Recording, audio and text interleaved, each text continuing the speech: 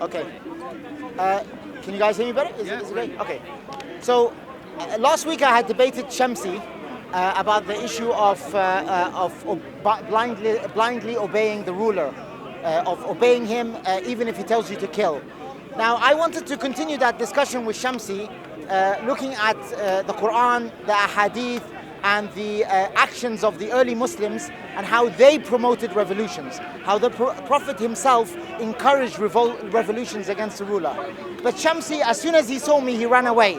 So I would present the evidence, and hopefully next week Shamsi can bother to come up and discuss with me if he has the evidence. Let's look at the Quran. From the Quran, we have number of verses that clearly where Allah subhanahu wa ta'ala, the Almighty Allah, is encouraging us to stand against oppression. One of them is وَلَا تَرْكُنُوا إِلَى الَّذِينَ ظَلَمُوا. Do not gravitate towards those who oppress. Don't gravitate towards Ibn Salman. Don't gravitate towards As-Sisi. Don't become in their sphere. Don't get close to them. The other verse is وَلِمَنْ انْتَصَرَ بَعْدَ ظُلْمِهِ فَأُولَٰئِكَ مَا عَلَيْهِمْ مِنْ سَبِيلٍ. A lot of the times, people like Shamsi will say, look at what happens in Syria, look at what happens in Egypt. Lots of people have been killed. Look at the effect of the revolutions. No one benefited.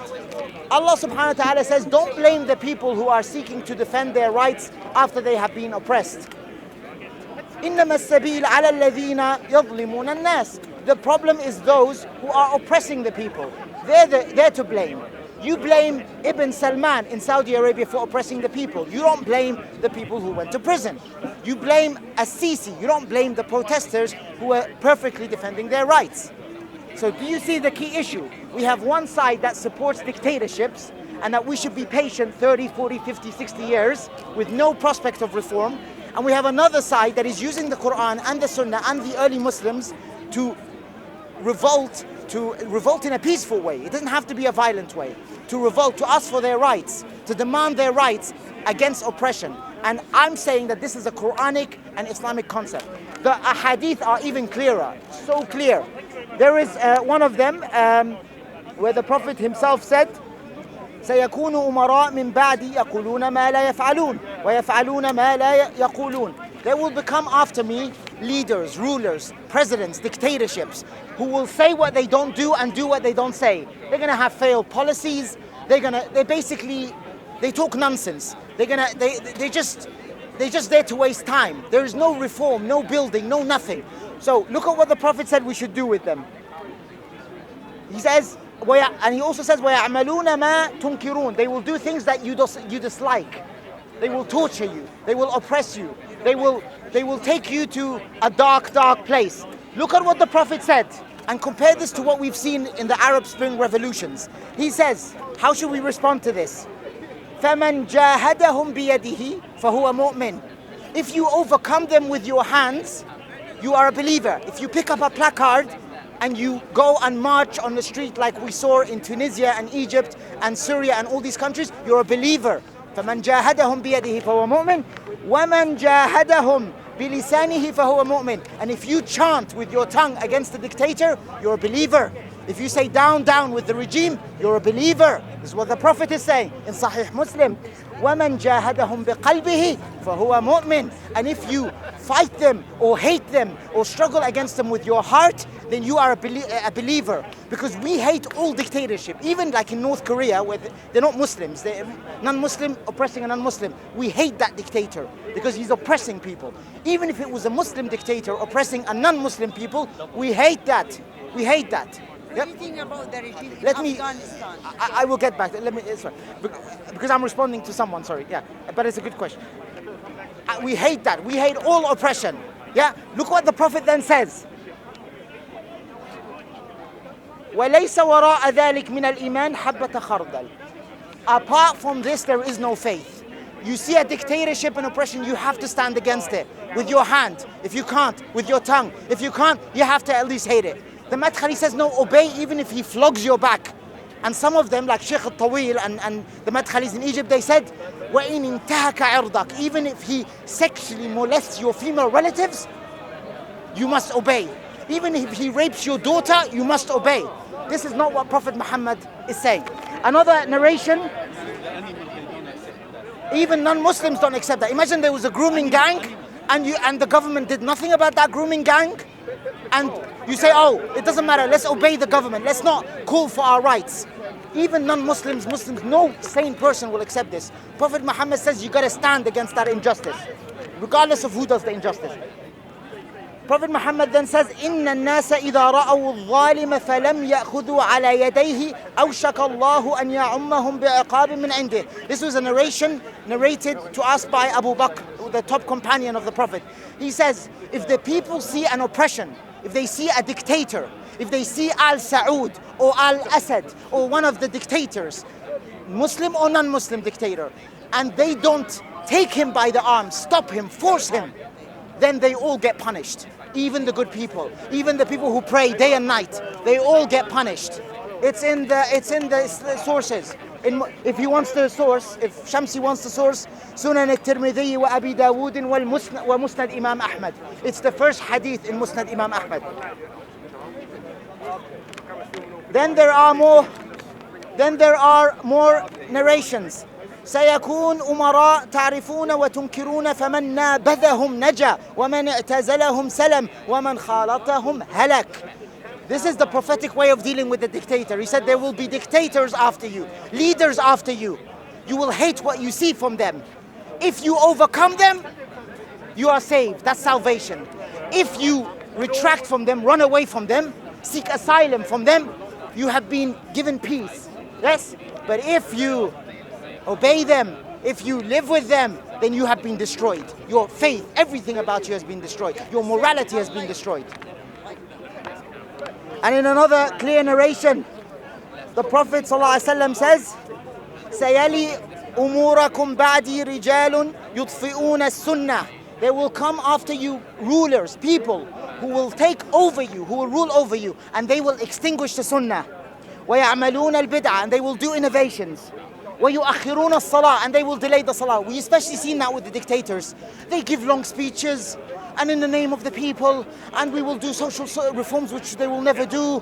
3-4 hours of pointless speeches. You see, like the Venezuelan dictator, the Cuban, they spend 10 hours giving speeches, yeah, wasting people's time, yeah. Then the companion said to Rasulullah, to the Messenger of Allah, what should we do? In أدركتهم كيف أفعل? He said, what should I do? قال تسألني يا ابن أم عبد كيف تفعل? The Prophet got angry. He said, you're asking me what you're going to do?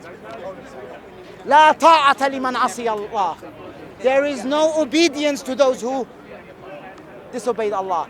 The people who commit such oppression, no obedience. No obedience to Al-Saud, no obedience to Sisi, no obedience to any dictator. This is clear in the hadith. Yeah. Another narration, the Prophet says, the reason I'm going overkill on the narrations, because he claims there is no narrations. Yeah, every one of these narrations is authentic and in multiple sources of the Sunnah. The Prophet says, this is narration, another narration, أعاذك الله من إمارة السفهاء. He says, seek refuge. The Prophet is saying, seek refuge from the leadership of the foolish president. Yeah? They said to him, وَمَا إِمَارَةَ السُّفَهَاء. What is the foolish leader? What is the foolish presidency? وَمَا إِمَارَةَ السُّفَهَاء. قال إمراء يكونون بعدي لا يهتدون بهدي ولا يستنون بسنتي فمن صدقهم بكذبهم وأعانهم على ظلمهم فأولئك ليس مني. He said, they will come after me, those who do not follow my guidance, those who don't follow my sunnah, and if you follow their lies. Look at the Prophet. He said, if you follow their lies, they will lie. We're going to do this, we're going to do that. Al-Saud, we are the land of Tawheed, we are the land of Islam. They lied. If you follow their lies, then you are not from me. You don't have nothing to do with the Prophet. Yeah? Question, brother. 1 minute, wallahi 1 minute. It's just because I'm responding, yeah? وَلَا يَرُدُّونَ عَلَى حَوْضِ. On the day of judgment, they're not going to be with me to drink from the well. Do you see the Prophet is anti-oppression? They said, no, if the ruler sexually molests your family member, obey. This is not what the Prophet says. Yeah? I will move on to what Abu Bakr as-Siddiq said. Because some people say, yeah, you're taking the hadith out of context. Abu Bakr as-Siddiq, the first caliph of Islam, the first speech he says in front of the masses when they elected him, he says, إِنِ اسْتَقَمْتُ فَأَعِينُونِي وَإِن زُغْتْ فَقَاوِمُونِي. If I am upright, help me, support me. But if I move away, fight me, overcome me, stand against me, civil action. Don't just obey. Yeah? Sayyidina Umar, I'm not going to keep repeating the narration, he also says the same thing. Okay, they say you took that out of context. What about the rest? Well, 72 members of the family of Prophet Muhammad ﷺ stood against the tyrant Yazid. They went all the way to Iraq, to southern Iraq. They rebelled. The Iraqi people didn't join them in the revolution. They let them down. They didn't give up. Yazid sent his soldiers. They told them cave. They said we don't bow down to the oppressor. And they were killed. Is Imam Hussein and 72 members of the closest members of Prophet Muhammad, are they innovators? Are they wrong? They're the leaders of Jannah. Yeah? Forget that. When Hussein was killed, the Islamic world went into a worldwide revolution. The grandson of Abu Bakr as-Siddiq, Abdullah ibn Zubayr, his mother is Asma bint Abi Bakr. He revolted. He stood and he got the people of Mecca and Medina, and the revolution spread to Hijaz. Just like the Arab Spring, they sat down with the Yazid tyrant and they overcame Yazid, and thousands were killed. The top Quran reciters, the top scholars were killed. In one day, hundreds were killed. And the scholars said these were the best of people because they followed the hadith, they followed the Quran. They are not Salafi? They are the Salaf.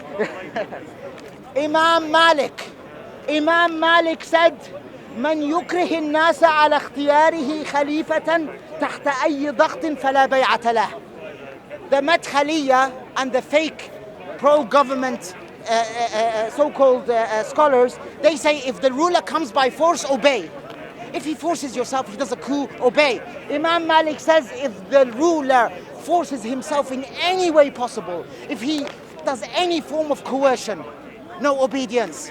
People rebel. And Imam Malik supported the rebellion of An-Nafs al-Zakiyya. There was a rebellion in Mecca, in Hijaz, and he supported that rebellion and he got flogged for it. If Shamsi denies that, tell me, why did Imam Malik get flogged? Why did Imam Malik get flogged? Abu Hanifa was the Che Guevara of his time. He funded two revolutions. The revolution of An-Nafs al-Zakiyya and the revolution of Zayd ibn Ali, who was also from the family of Prophet Muhammad. He funded two revolutions. He used to stand on the minbar attacking the ruler, saying the ruler is a tyrant. So is Abu Hanifa, the two of the top scholars of Sunni Islam, are they deviants? Are they wrong? Then we go to the revolution of Al-Ash'ath. He says the Salaf, the early Muslims didn't revolt. When there was a dictator in Iraq called Al-Hajjaj ibn Yusuf al-Thaqafi. He took over Iraq on the orders of Bani Umayyah in Syria, and they killed so many people, they oppressed people. They were like Al-Assad today, Al-Bashar al-Assad or Bin Salman. They killed so many people. The scholars, the top fuqaha, the top of the top of the top, said we will revolt. Not peacefully like the Arab Spring Revolution. We will revolt with weapons. They revolted. In one battle, 100,000 people were killed. 100,000 people. There was a whole battalion of just scholars, just fuqaha, the top scholars. Even Al-Hasan al-Basri, who you say didn't oppose the revolution, he said his opinion is it's not the right time, let's not rebel. He joined the rebellion. Ibn Kathir says in Al-Bidayah wa Nihaya, and Ibn Hazm affirms that, who was the leading scholar of Al-Andalus. He says Al-Hasan al-Basri joined the revolution of Al-Ash'ath. It was an overwhelming revolution that swept through Iraq, that swept through the Islamic world. Even if it didn't succeed, it shows that the majority of scholars at that time supported that revolution. Exactly, yeah? Then there are other words which is by Ibn Hajar. They also like to say, this is now not the Salaf afterwards, they say that Ibn Hajar was against. Ibn Hajar says, وَأَمَّا مَنْ خَرَجَ عَنْ طَاعَةِ إِمَامٍ جَائِرٍ. As for the one who overthrow the oppressive ruler, he's saying a Muslim ruler, but he's oppressive. He said, the one who goes against the oppressive ruler, أراد الغلبة على ماله أو نفسه أو أهله. He wants to protect his wealth, his family. He wants social justice. He wants bread. He wants, like what the Arab protesters said. We want social justice. We want freedom. We want to protect our dignity. He said, Imam Ibn Hajar said, فهو معذور ولا يحل قتاله وله أن يدفع عن نفسه. Imam Ibn Hajar al-Asqalani said he has a right to do this, to defend himself. The protesters had a right to defend themselves. Then there is also, and I end with this, that their scholars also have an inconsistency. Their leading cult member is called Sheikh Rabi' al-Madkhali. Sheikh Rabi' al-Madkhali supported and is currently supporting the overthrow of the Libyan president Sarraj. President Sarraj is the Libyan president. Sheikh al-Madkhali supported the overthrow of Sarraj. Why is it halal for Rabi' al-Madkhali to overthrow as-Sarraj, but it's haram for millions of people to defend their rights and to say down with the revolution? And Rabi' al-Madkhali also supported the overthrow of al-Bashir in Sudan.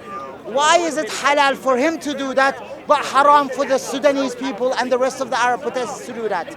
When Al Saud gives him the instruction, he's happy to support the revolution. He's happy to go against his fake Madkhali manhaj. But when it's not, then we're all innovators. So in conclusion, the right to protest, the right to defend yourself is the majority Islamic opinion. It is the opinion in the Quran, in the Sunnah, and the majority, the overwhelming majority of the early Muslims, early Muslim scholars. Thank you very much. Shamsi, if you disagree with even one of what I said, come next week and discuss.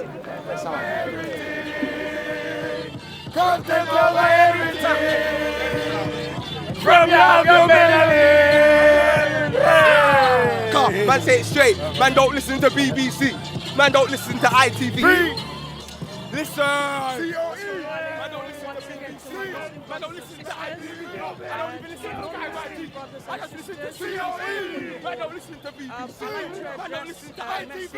I don't even listen to Sky watching is that a couple of months ago it was crazy for me and I didn't go to Speaker's Corner at all, but I like to address something is one of the main situations that I had is